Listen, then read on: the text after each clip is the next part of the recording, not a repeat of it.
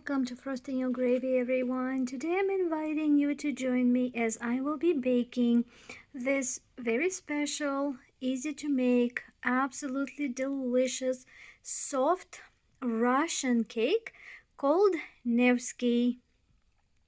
What makes this cake different is that it is actually a yeasted bun. So the dough for this, I will take you step by step, is a special preparation. There's a special process to it that makes it stay fresh for quite a bit longer than your traditional ones, and there is a technique to it, and it's a very look how tall of a rise, very yummy soft bun with a traditional Russian frosting. And that's what it looks like cut, guys. Soft, tender, delicious yeasted dough with fantastic Russian buttercream. Right here in this bowl, I already measured out 1.5 cups of sugar, and to it I'm also adding 1.5 cups of flour. With a wooden spoon or dough hook, mix them together. Now pour in 1 cup of very hot, steaming, boiling milk. And quickly stirring, cook the flour into a paste. This will help the sugar dissolve, and cooking this flour paste is the secret to not only the softest buns that we can create, but also the ones that do not go stale fast. They stay fresh for quite a long time because we cook this flour paste initially. And now it's time to leave it alone for a little bit to let it slightly cool down. After a little bit, when you visit your flour paste, you will notice that as it set, it thickened a little bit. This is what we need. This is perfect. Next ingredient we need to add is 1.5 sticks of either butter or margarine. At room temperature, soft, stir it in. And it will not dissolve fully, that's completely fine. We just need to roughly mix it into our flour mixture. Next, we add 3 large eggs, 1.5 teaspoons of vanilla,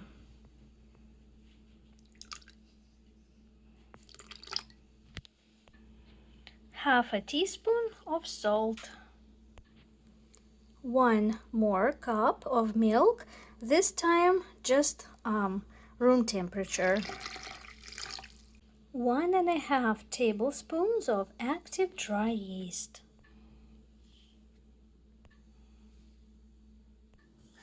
and now stir everything that's in the bowl until it's well combined and smooth. We need to unite our ingredients before adding flour. Our next ingredient, we will need 1.5 teaspoons of baking powder. And lastly, guys, I will be adding flour 1 cup at a time. I never put all of my flour in. I always add a cup, mix it in, then the next cup, mix it in, then the next cup, until it becomes very difficult to mix the dough in the bowl with either a dough hook or a wooden spoon, at which point I remove it and finish kneading the dough by hand whilst adding next cup of flour. This is after I've added 5 cups of flour. It's becoming a little more difficult to mix it in the bowl with this super handy dough hook, or dough whisk they call it. So my dough is starting to come together. Beginning to knead the dough by hand.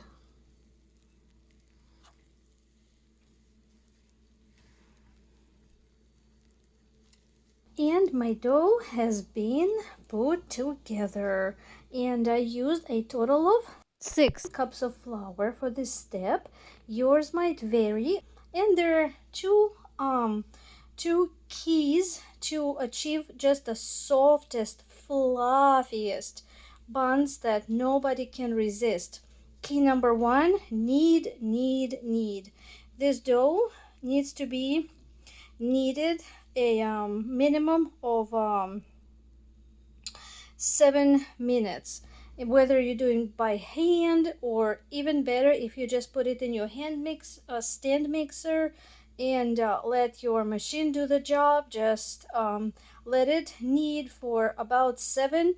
If you have patience for more, even better, because what that does is actually develops the gluten, and the better we develop the gluten at this stage, the softer and more tender our buns will be.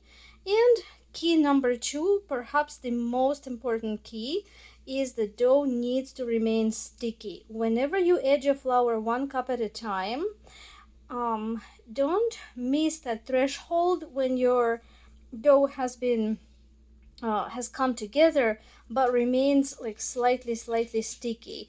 If you put too much flour in it, unfortunately we cannot get the soft buns. When you open your bun, you can definitely tell it's really overstuffed with flour. It will be like compact. You will not get those beautiful air bubbles and the fluffy texture. To help yourself, if you need to, add a little oil on your hand and finish kneading the dough.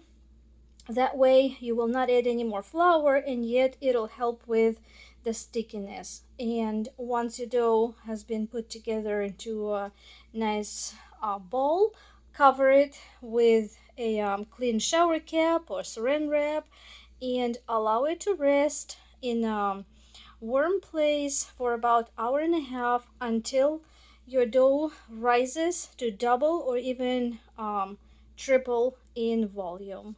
I am back. After a while, my dough did rise and more than doubled in volume, and it is time to shape it into buns. I did buy a special silicone shape thing. This is my first time trying it. It's actually perforated, and I'm going to divide it into portions and place them to here. And here we are, guys.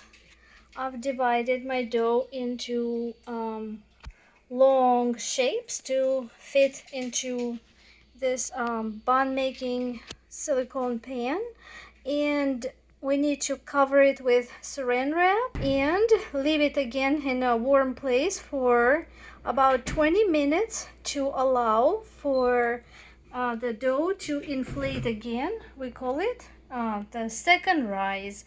The dough needs to fill up with air and puff up, and then we will bake it. I left only 2 without the sweet filling, and these 2 will be the Nevsky cakes with cream. And guys, my buns did rise, went through the second rise. They whenever I put them in, they were underneath the surface here, and now they rose above. So second rise is done, and it's time to bake at 375 for about 25 to 35 minutes. Oh guys, you gotta see what's happening. I just popped in to check, and I know the glass is not like really clear, but once I put them in, can you see how much they rose? This is crazy. This is my favorite recipe for sweet dough, guys. Thank you, Lord, for blessing the work of my hands. I got impatient and I had to pull one out, but you gotta see the fluffiness, guys. Remember I told you that the key to super fluff buns is the less flour, the softer and fluffier the buns. Look, beautiful crust, amazing, spongy. I can't really show you sponginess because I'm burning my fingers, but it's so soft and spongy and completely baked through. Mine took 25 minutes. And that's the chocolate chip and a little raisin. And once they do cool, I will cut one in half so you can see the inside texture.